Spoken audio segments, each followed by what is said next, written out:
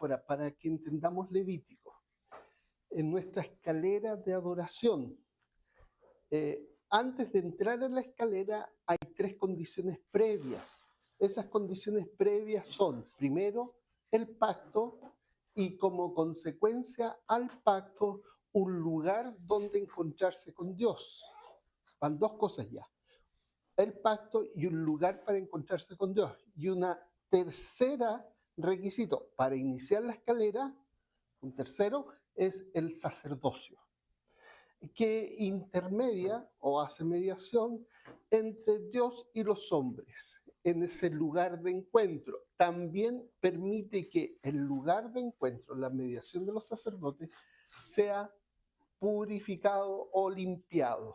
Ahora, cuando tenemos estos 3 aspectos, estoy hablando de Éxodo 24 y 25 en adelante, estos 3 aspectos, o sea, el sacerdocio, en realidad primero es el pacto, luego el lugar de encuentro, que es el tabernáculo, el santuario, y el sacerdocio, estos 3 aspectos, nos da pie para iniciar nuestra escalera de adoración, para forma metafórica, cuyo objetivo final, 1, 2, 3, 4, es presentarnos delante de Dios y adorar, y que Él acepte nuestra adoración y nosotros nos gocemos adorando.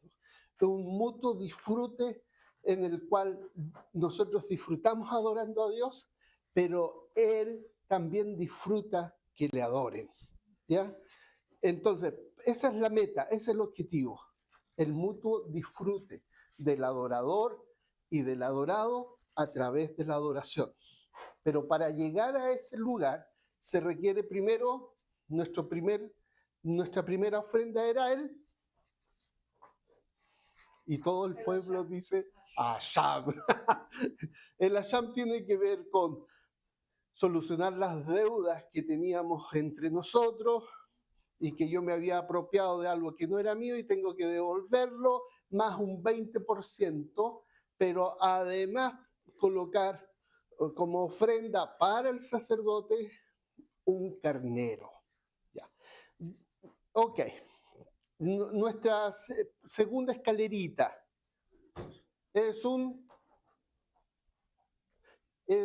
nuestra primera era un asham y en la segunda era un hatá. El hatá es una ofrenda de purificación del lugar donde nos vamos a encontrar con Dios.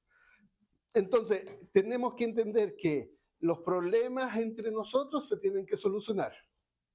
Lo interesante es que la Escritura habla sobre también que los problemas que yo tenga con mi señora también impide que yo tenga una adecuada conexión de oración con el Señor. Eso me mata. Entonces, es como el Asham, o cuando yo estoy dando un holocausto al Señor, Jesús me dice, anda, si tú tienes un problema con tu hermano, reconcíliate con tu hermano. También es Asham, ¿ya? Esa actitud es Asham. Y entonces, pero después viene el purificar el lugar de encuentro. Es como limpiar la mesa, donde voy a sentarme con Dios a comer. Y entonces, eso es hatá. Después de haber hecho el hatá, haber limpiado la mesa, viene nuestro tercer peldaño. Y nuestro tercer peldaño puede intercambiarse con el cuarto, porque en realidad el tercero y el cuarto es esencialmente celebración. El tercer peldaño es el primero que se le llama sacrificio en la Biblia, Sheva. A los otros 2 no se le llama sacrificio. ¿Por qué se le llama sacrificio? Porque la palabra original hebrea para Sheva es vamos a comer. ¿Ya? Entonces, la palabra Sheva hebrea, que se traduce en nuestro español como sacrificio, es sentarse a comer. Por eso, el primero ni el segundo no se llama Sheva, ¿ya? Pero el tercero sí, porque nos sentamos con Dios a comer, el Seba Selamín, que es un sacrificio de paz, en el cual celebramos la paz que tenemos con Dios. No es que vamos a conseguir la paz, no, ya la tenemos. ¿Desde cuándo? Desde el pacto. ¿Ya? Entonces, el pacto. Acá el Asham solucionamos los problemas con los hermanos, el Hatá limpiamos el lugar, Y llegamos al Shelamín, que vamos a comer con Dios, y finalmente el holocausto, que algunos lo traducen como entrega completa. En mi percepción es la adoración que la persona entrega a Dios y que disfruta. No es que va con miedo, ¿ya? Cuando uno va a adorar a Dios, todos los problemas ya están solucionados. Él acepta la adoración y nosotros disfrutamos adorándole, ¿ya? Y eso es el olá, el holocausto. Al holocausto tampoco se le llama sacrificio. ¿Por qué no se le llama sacrificio al holocausto? ¿Cuál es la razón de por qué no se llama sacrificio al holocausto en la Biblia?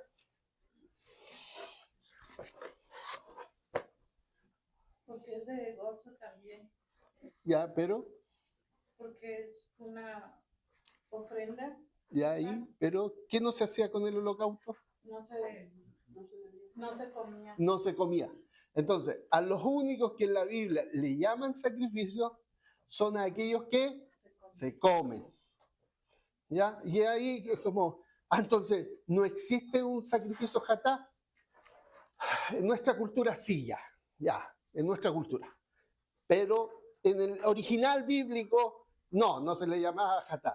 Pero si la Biblia está traducida como sacrificio, sí, pero es que nosotros entendemos que todo animal que se mata es un sacrificio. Ya, pero no, en la Biblia es todo animal que se mata para comer es sacrificio. Ya, es más largo. Pero entonces, ya. Seba es la palabra hebrea para sacrificio. ¿Ya? Seba. Y por eso existe el Seba Selamín. Pero no existe el Seba Hatá, el Seba Olá, el Seba Asham. No existe. ¿Por qué? Porque el que ofrece la ofrenda no come. Es sencillo. Pero nuestras traducciones mezclaron eso. Así también como mezclaron estas 4 palabras que las que hablé con que todas estas eran expiación. Todas. Y todas las traducen como expiación. Entonces, por eso nos es difícil, aún más difícil, comprender qué es qué. Bueno, todo es expiación. Entonces, cuando uno va al seminario, le pasan un capítulo sobre, depende de la especialidad, pero en el caso mío nos hacen estudiar el Antiguo Testamento. Y Levítico es una clase, básicamente. Y entonces nos dicen,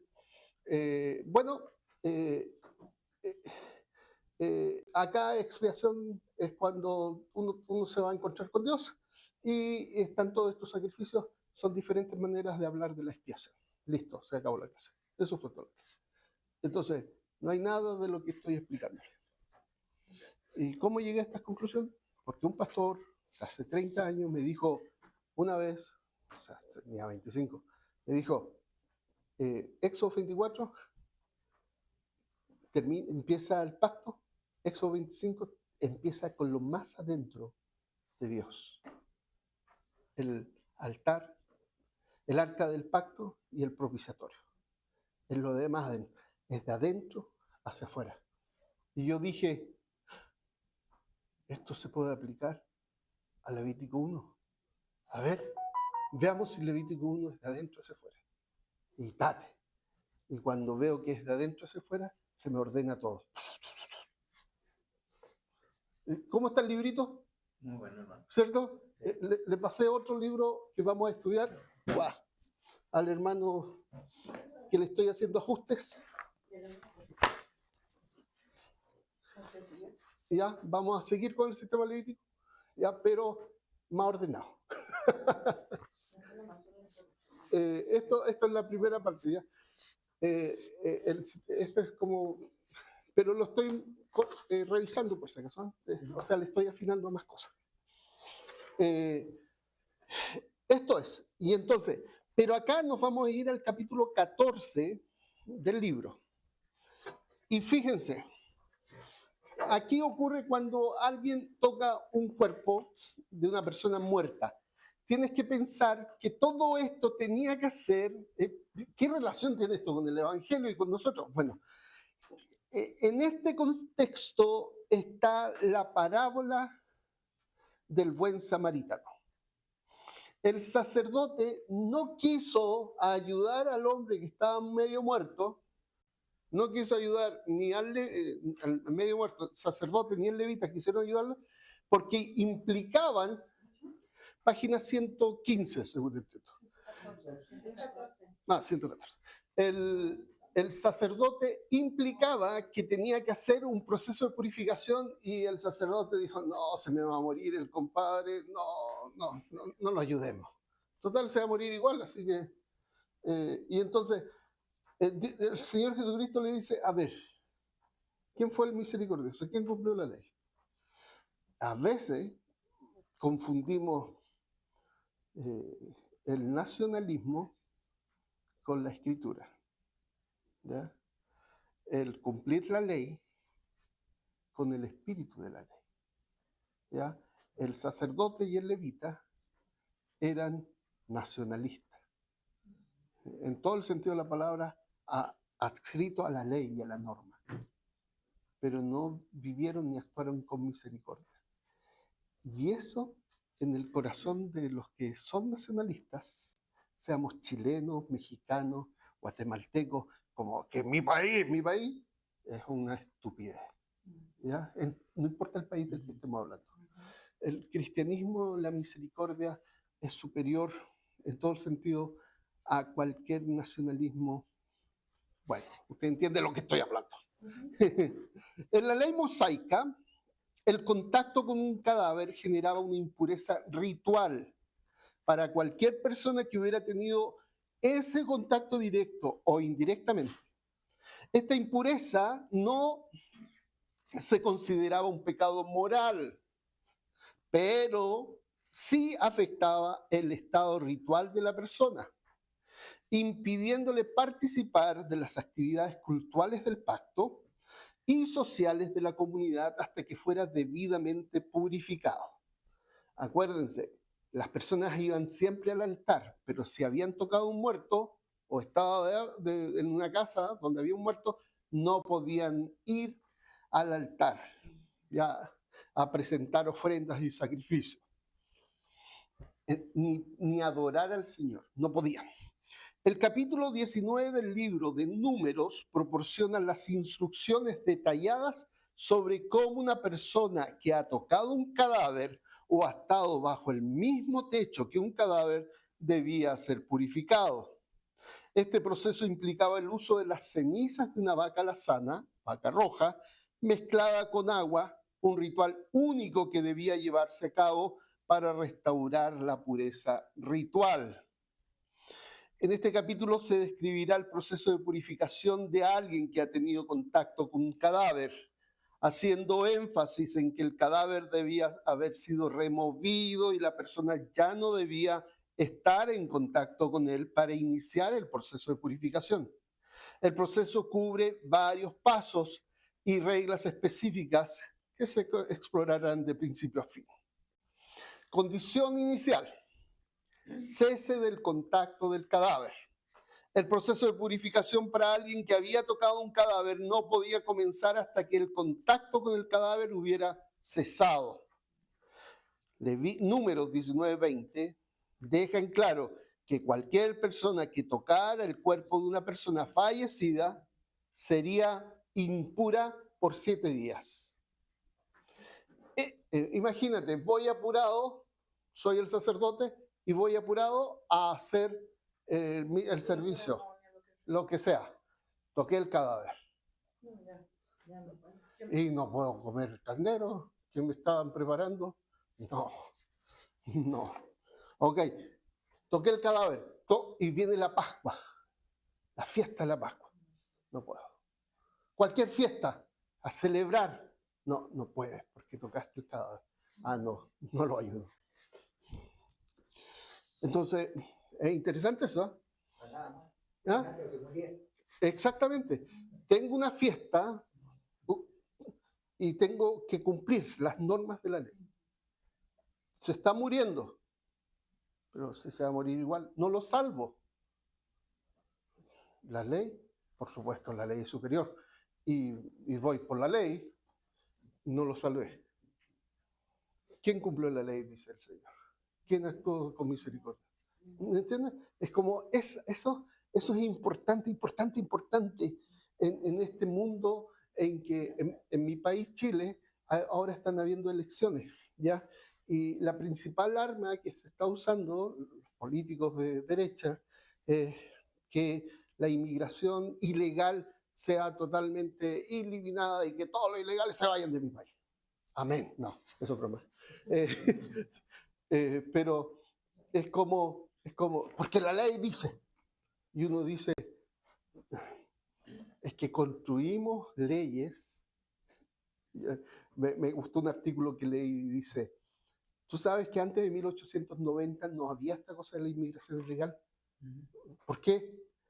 Porque no habían derechos sociales.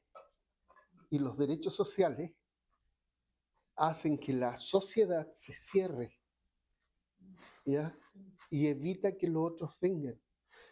Porque en realidad el socialismo, dice este autor, impide este libre tránsito, porque estos grupos pretenden que nadie entre a los nuestros beneficios y tienen esclavos dentro y que no quieren que nuevos esclavos entren. Es interesante el planteamiento. O sea que si hubieran sociedades absolutamente libres y que los propios individuos se vieran por sus propias necesidades, en comunidades se asociaran y facilitaran el apoyo, esta cosa de la inmigración ilegal no existiría. No, porque se integrarían a una comunidad, como una iglesia, que mutuamente nos ayudaríamos y saldríamos adelante en todo el proceso. Y no necesitaríamos el Estado que se metiera en nuestras decisiones. Interesante. O sea, ¿que es un problema creado? Sí. Qué interesante. La inmigración es un problema creado por todas las leyes sociales y la justicia social que buscamos tener. Si no hay justicia social, comillas, y solamente mutuo apoyo entre las comunidades independientes, individuales, esto se termina. Qué interesante. Ya, no importa, me fui para otro lado. El asunto en que cuando la ley es más importante que la persona, pecamos. ¿Ya? El proceso, condición inicial entonces, había que pasar 7 días y después, o sea, esto evitaba por 7 días. Esto incluía tanto el contacto directo con el cadáver como el simple hecho de estar bajo el mismo techo que el cadáver. Número 1914 especifica que si una persona estaba en la misma tienda donde se encontraba un cadáver, debía ser declarada impura. También se consideraba impuro cualquier objeto o utensilio que hubiera estado en la misma tienda que el cadáver. El proceso de purificación solo podía comenzar una vez que el cadáver hubiera sido removido y la persona ya no estuviera en contacto directo o indirecto con él. Este es un paso esencial, ya que la purificación no puede tener lugar mientras persista la causa de la impureza. ¿Está claro? O sea, estamos hablando de purificación de una persona que ha tocado un cadáver. Ya. Pregunta 1. ¿Qué sucedía con una persona que tocaba un cadáver según número 1911? Alternativa. Era considerada inmunda durante 3 días. ¿Verdad? No. B. Era considerada inmunda durante 7 días. Ok. Número 2. Pregunta 2. ¿Qué debía ocurrir antes que una persona pudiera iniciar el proceso de purificación? Realizar un sacrificio por el pecado, lavarse la ropa y bañarse, remover el cadáver y cesar el contacto con él. Ese. Siguiente, entonces, el uso de la ceniza de la vaca alazana. El primer paso en el proceso de purificación implicaba el uso de un elemento muy particular, las cenizas de una vaca alazana o roja. Según Números 19, versículos 2 al 6, los israelitas debían sacrificar una vaca roja sin defecto ni mancha fuera del campamento. Luego quemar su cuerpo por completo. Durante este proceso el sacerdote debía agregar cedro, hisopo y escarlata. Acuérdense que el hisopo era como una hierbita, ¿ya? Bueno, se quemaba todo esto. Estas cenizas, que incluían al cedro, al hisopo y la escarlata, estas cenizas debían ser recolectadas y guardadas en un lugar limpio, fuera del campamento, para ser usada en el agua de purificación. Esa agua, que era una mezcla de cenizas de la vaca alazana y agua corriente, se utilizaba para rociar a la persona impura. Las cenizas de la vaca roja eran vistas como un medio ritual de purificación, específicamente para las personas contaminadas por contacto con un cadáver. Entonces, se murió alguien, lo sepultamos, contamos de ahí 7 días. Y ahí vamos a lavarnos con ceniza de la vaca mezclada con 3 elementos. ¿Cuáles son los 3 elementos? Cedro, hisopo y escarlata. Ok, cedro, hisopo y escarlata. Lo mezclamos, quedó la ceniza, lo guardo en un recipiente. Cuando viene el que tiene que purificarse, agarramos la ceniza, mezclamos la ceniza con agua corriente, o sea, agua de río que corra, ya, y se espoleaba. Bueno, otras partes también, pero no actuaré. No haré mi performance. ¿Cuál es el propósito de pregunta 3, ¿cuál es el propósito de las cenizas de la vaca alazana según Números 19:9? ¿Ser quemada como holocausto en el tabernáculo? ¿Dónde se quemaba? Fuera del campamento. ¿Purificar a las personas contaminadas con contacto con cadáveres? Sí. Ok, pregunta 4. ¿Qué elementos adicionales se quemaban con la vaca alazana? Aceite y vino. Cedro, hisopo y escarlata. Sí. Ok. Primer paso, la rociadura en el tercer y séptimo día. Fíjense cuántos días tenían que pasar. Pensemos siempre en el sacerdote. El sacerdote, si se le moría el caballero, que ayudó rumbo a... desde que iba, bueno, por donde lo encontró, que iba pasando por Samaria, hacia Samaria, encuentra a este hombre, lo ayuda, se le muere, dice, van a pasar 7 días, después de los 7 días voy a empezar recién este proceso, al tercer día,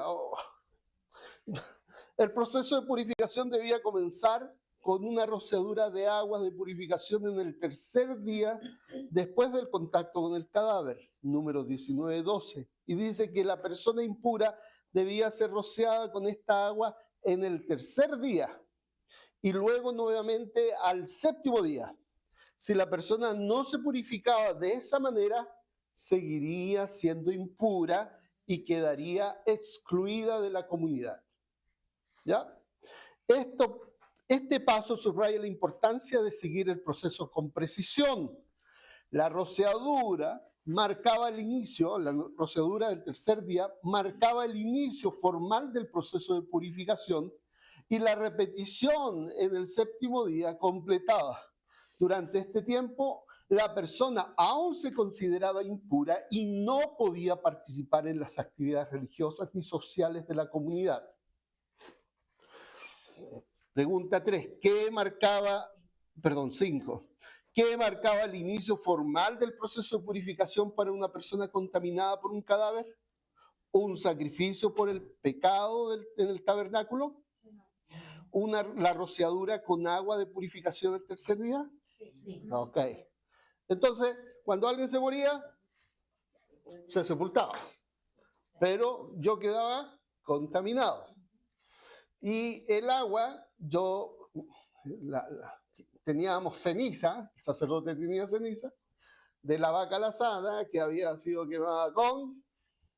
Cedro, hisopo y escarlata. Y esta ceniza yo la tenía, el sacerdote tenía que mezclarla con agua corriente y me rociaba al tercer día. ¿Ya? Y ahí yo comenzaba mi ritual de purificación. Ya, segundo paso. Lavado de ropa y baño. Después de la rociadura, en el séptimo día, la persona debía lavar sus ropas y bañarse con agua para completar el proceso de purificación. Según Números 19,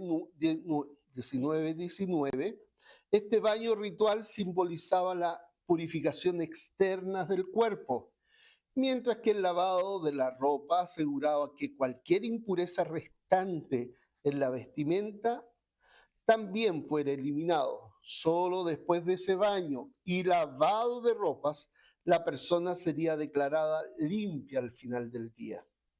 Es importante destacar que este baño y lavado no ocurría hasta que se hubieran completado la rociadura en el séptimo día. El proceso no podía finalizar hasta que estos pasos se hubieran cumplido en su totalidad.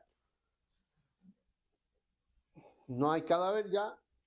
Tercer día, 1, 2, 3. Me roceo con la ceniza. 4, 5, 6, 7. Me roceo de nuevo con la ceniza y me baño. Lavo toda mi ropa. Estoy purificado. ¿Pero para qué era esta purificación?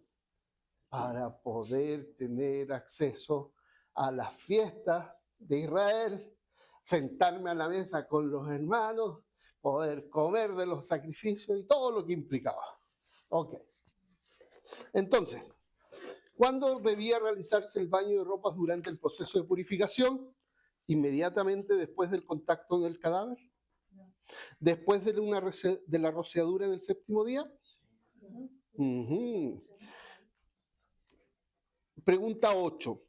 ¿Qué simbolizaba el lavado de ropas y el baño ritual en el proceso de purificación? ¿La eliminación de cualquier pecado moral? ¿La preparación para el sacrificio por el pecado? ¿A todo esto requería un sacrificio por el pecado esto? No. La purificación externa del cuerpo y vestimenta. ¿Sí o no? Ok, la letra C. Siguiente título, purificación de los objetos contaminados. Además de la purificación de la persona que había tocado el cadáver,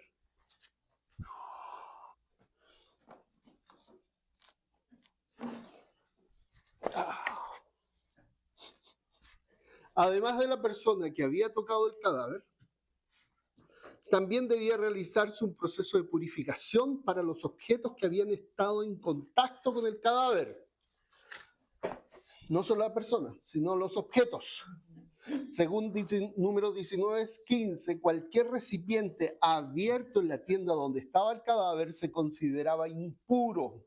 Estos objetos debían ser purificados de acuerdo con las leyes rituales utilizando el agua de purificación. ¿Cuál era el agua de purificación? El agua esa de la vaca lazana con el cerdo. Ok, las cenizas con... ya. Sí. Este proceso aseguraba que no solo la persona, sino también los objetos y el entorno que había sido afectados por la impureza del cadáver fueran completamente purificados antes de ser reutilizados o restaurados a su uso normal en la comunidad. ¿Qué debía hacerse con los objetos que habían estado en contacto con un cadáver según Números 19:15? Ser destruidos fuera del campamento. Ser purificados con agua de purificación. Ok. Pregunta 10. ¿Qué implicación tenía un recipiente abierto en la tienda? Fíjese, un recipiente abierto en la tienda donde había un cadáver. ¿Era considerado limpio si estaba lejos del cadáver? ¿Era declarado impuro automáticamente? Ok. Exclusión de la comunidad si no se cumplía el ritual. Ya, si no se cumple el ritual, ¿qué pasa? Una advertencia importante está en Números 19:13. donde se afirma que cualquier persona que no se purificara después de tocar un cadáver sería excluido de la Asamblea de Israel. Esta exclusión no era una cuestión social, sino también una protección para la impureza del tabernáculo donde Dios habitaba entre el pueblo de Israel. La impureza ritual tenía implicaciones serias y no cumplir con el proceso de purificación podía llevar a la expulsión de la comunidad. Este énfasis en la purificación muestra la seriedad con la que se trataban las leyes de impureza en la vida comunitaria de Israel. El contacto con la muerte era algo que no solo afectaba a la persona individualmente, sino que también podía contaminar el santuario y la comunidad. Pregunta 11. ¿Qué ocurría con alguien que no seguía el proceso de purificación tras tocar un cadáver? ¿Era considerado impuro de por vida? ¿Era excluido de la Asamblea de Israel? Ok, pregunta 12. ¿Por qué se enfatizaba la purificación tras del contacto del cadáver? ¿Para mantener la santidad del tabernáculo? ¿Para prevenir enfermedades físicas? ¿Para distinguir entre pecado moral e impureza ritual? ¿Para restaurar el honor familiar? ¿Para cumplir con las leyes civiles de Israel? A ver, veamos. Este énfasis de la purificación, dice el segundo párrafo que habíamos leído, muestra la seriedad con que se trataban las leyes de impureza en la vida comunitaria. El contacto con la muerte era algo que no solo afectaba a la persona individualmente, sino que también podía contaminar el santuario y la comunidad. Ok. ¿Cuál será? Yo estoy en la duda. Es la A, para mantener la santidad del tabernáculo. Exacto. Es la A. Diferencia con otras impurezas. Y acá es importante esto. Es importante notar que el contacto con un cadáver se trataba de una manera diferente a otras formas de impureza. Mientras que otras impurezas, como la causada con enfermedades cutáneas, que llamamos lepra, o emisiones corporales, requerían sacrificios para completar el proceso de purificación, el contacto con un cadáver solo requería el uso de la ceniza de la vaca roja y el agua de purificación. No se mencionan sacrificios específicos en este proceso, aparte de lo de la vaca, lo que hace único entre los ritos de purificación en el sistema levítico. Esta distinción probablemente refleja la gravedad del contacto con la muerte, que era visto como una impureza particularmente seria. La purificación a través de las cenizas de la vaca alazana era un medio único y específico para lidiar con esta forma de impureza. Tengo una pregunta. No, empecemos con complicaciones. Dígame. Porque, bueno, como yo lo estoy entendiendo, quizás estoy equivocada, es que el sacerdote tenía ya reservadas esas cenizas de vaca allí para, luego para darlas. Sí, pero imagínate los millones de personas. Ajá. ¿Ya? Entonces, una vaca, ¿para cuánto servía? Ajá. ¿Ya? Entonces, yo creo que había recurrentemente este sacrificio. Ajá. Y hasta que se acababan las cenizas, teníamos que tener más ceniza. ¿Ya? Entonces, sí. Siempre tenía ahí. Había un reservorio de cenizas, por decirlo así. Okay. ¿Ya? Eso era. Pero el asunto es una vaca alazana. Imagínate, los judíos tienen leyendas, o las personas, no sé, dentro de la ignorancia quizás, dicen, oh, nació una vaca roja, podemos hacer esto. No. Una vaca roja. No nacía así continuamente. No, sí, en ese tiempo parece que habían. Era común ese tipo de vaca. Sí. ¿Ya? Solo que se terminaron las vacas. Ahora no hay vacas rojas hoy. ¿Ya? Creo que no hay. O sea, vaca de piel roja completamente. Entonces, es que todos están celebrando como que nació una vaca roja porque piensan en esto, pero ignorantemente no saben de qué se trata. Solamente dicen, la Biblia habla de la vaca roja. ¿Y ahí qué va a hacer con la vaca roja? Matarla para el proceso de purificación. Otra pregunta. Oh, era una sola. Una vez. Entonces no había gente que se dedicara como tal a servicios funerarios, ¿verdad? No, sí, habían servicios funerarios, comillas, pero la purificación era también. Para los que O sea, Vivían también, constantemente impuros, exactamente. ¿verdad? O sea, también. Que era un trabajo, yo creo, no sé si mal Bueno, visto. yo creo que no habían servicios funerarios. Las propias familias, buena pregunta. Las propias familias se encargaban de los servicios funerarios. ¿Ya? No, los ponían en sepulcro. Acuérdate cómo Jesús resucitó. ¿Ya? Pero no los sepultaban como nosotros en tierra, los ponían en la roca. Por eso se llama sepulcro, a diferente de sepultura. Enterrar. No, enterrar es nosotros. Ajá, exacto. Pero sepulcro es un nicho en la roca. Exacto. En la roca. Un nicho en la roca, eso es sepulcro. ¿Ya? Pero enterrar es una sepultura. Es como... ¿Ya?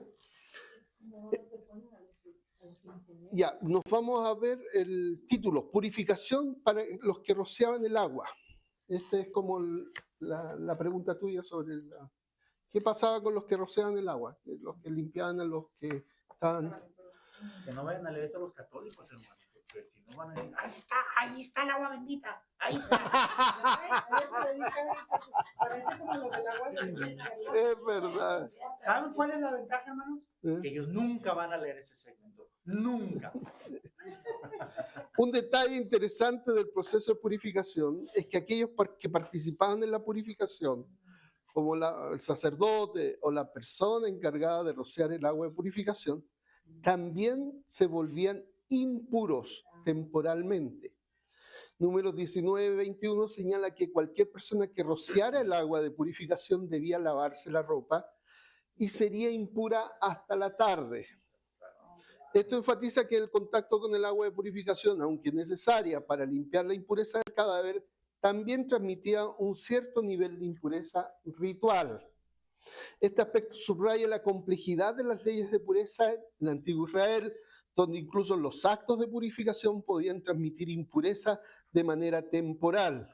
Todo el sistema estaba diseñado para manejar cuidadosamente las pureza e impureza, asegurando que las personas y los objetos pudieran ser restaurados a un estado adecuado para la vida comunitaria y religiosa.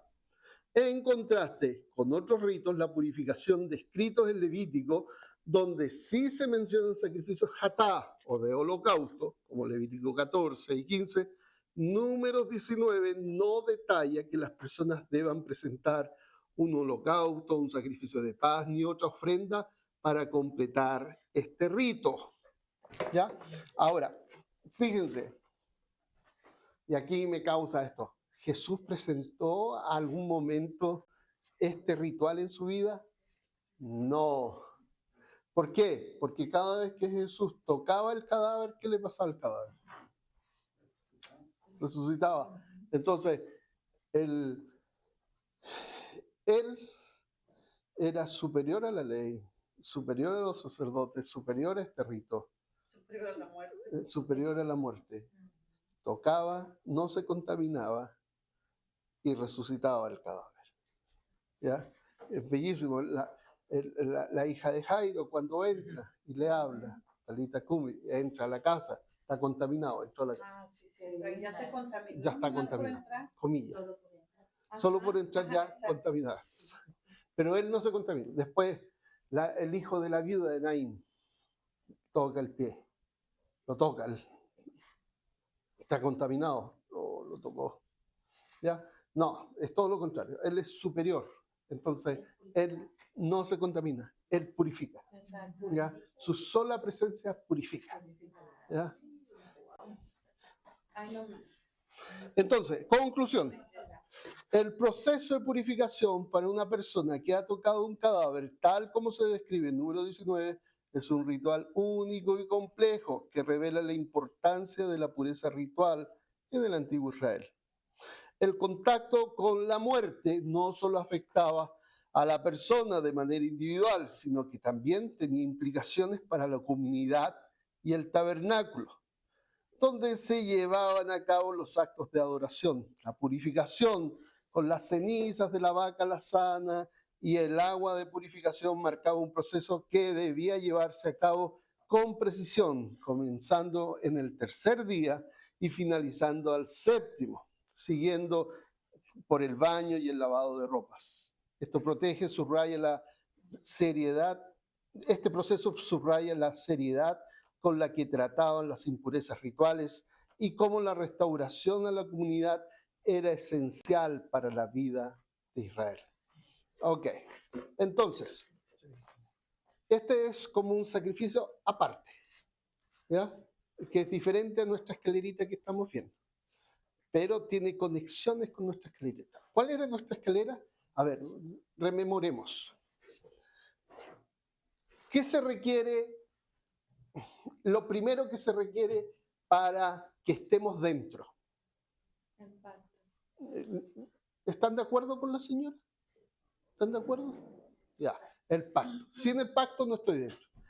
El pacto implica dos cosas más. ¿Cuáles son esas dos cosas? El cachán. No, El pacto implica dos cosas. que haya lugar Que haya un lugar de encuentro, un tabernáculo, el santuario, un lugar de encuentro. Fíjense, necesitamos primero el pacto, luego eso da pie, a partir del pacto, al lugar de encuentro. Pero necesitamos otro tercero. un sacerdote. Ok, y aquí tenemos un triángulo, pensémoslo como un triángulo. Tenemos el sacerdote. Ya, primero, en una esquina necesito y luego necesito el lugar de encuentro, el tabernáculo, el santuario, y luego ok, y ahí tengo ya armado la estructura. Y ahí después, ya tengo el pacto, el santuario, el sacerdote, puedo ir y presentar mi holocausto. Pero el holocausto es como nuestra meta final. El holocausto es la adoración, en que Dios alegremente acepta lo que yo alegremente vengo a darle, mi vida íntegra. Oh, y bajo las manos y digo, no estoy tan íntegro, volvamos atrás. Y acá tengo que empezar, le debo plata. Me quedé con la plata del hermano Miguel. Hay que restituirle. Hermano, aquí está los $1,000 que me pasó, pero aquí están 200 más, porque la ley lo dice. Aquí con mi secretario, por favor. 1,200 y me falta el carnero. Ok, voy donde el sacerdote y le digo, aquí está el carnero, porque me había quedado con ese dinero. ¿Estamos solucionados? Sí, está ok. Ok. Asham se llama eso. Ok, vamos para vuelta. A todo esto, este Asham que yo hice también, cuando yo ocupé el aceite que era del templo en una cosa para mí, me fríe unas papas fritas con el aceite del sacerdote, también implicaba en la restituir de acuerdo al valor que tenía más un 20%. ¿Ya? Inclusive habla sobre el diezmo. Si yo me quedaba en ese momento con el diezmo, decía, chuta, comí todas las lentejas del diezmo ya, listo, 20%. Y también presentaba la oferta. Si yo, fíjate, no, ese tengo que verlo. Pero el Asham estaba como a la base de todo. Ya. Pero después venía entre medio los hatá, por ejemplo, los pecados involuntarios como tener una regla más allá de lo debido. ¿Ya? que implicaba 2 aves, como vimos en las clases pasadas. Una ave por Jatá y otra ave por el holocausto. Eran 2 aves. ¿Ya? O si tenían la lepra. La lepra, si yo era sanado, tenía que hacer el Hasham, tenía que hacer un carnero como Jatá, perdón, disculpa, el Hasham era un cordero como Hasham, y después era el Jatá, que tenía que ser cordera, ¿ya? Y después presentar mi holocausto. Eran esas 3 cosas.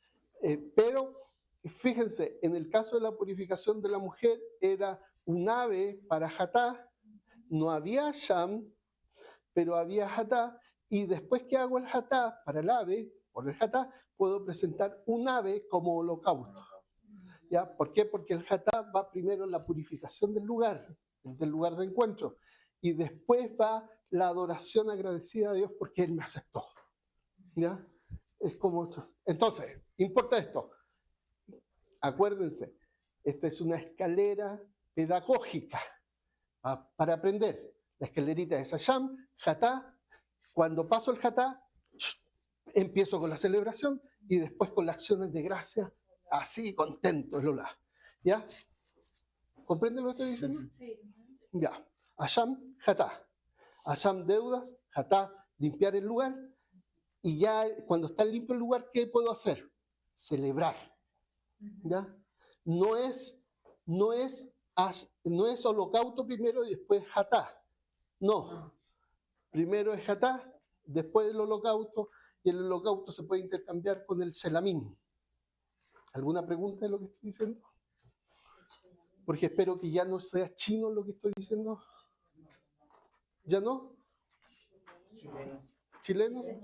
Ya. La próxima clase, como él es mejor profesor que yo, no va a estar usted. Oh, era buena esta clase, Cristo y la purificación. ¿Y la otra sí va a estar? Espero que sí, hermano. Espero que sí. Espero que no estemos haciendo una vaca alazana. Exactamente. Vamos a traer unos pichones después. Vamos a traer los O sea, pichones. Ya, si ve que entro con una vaca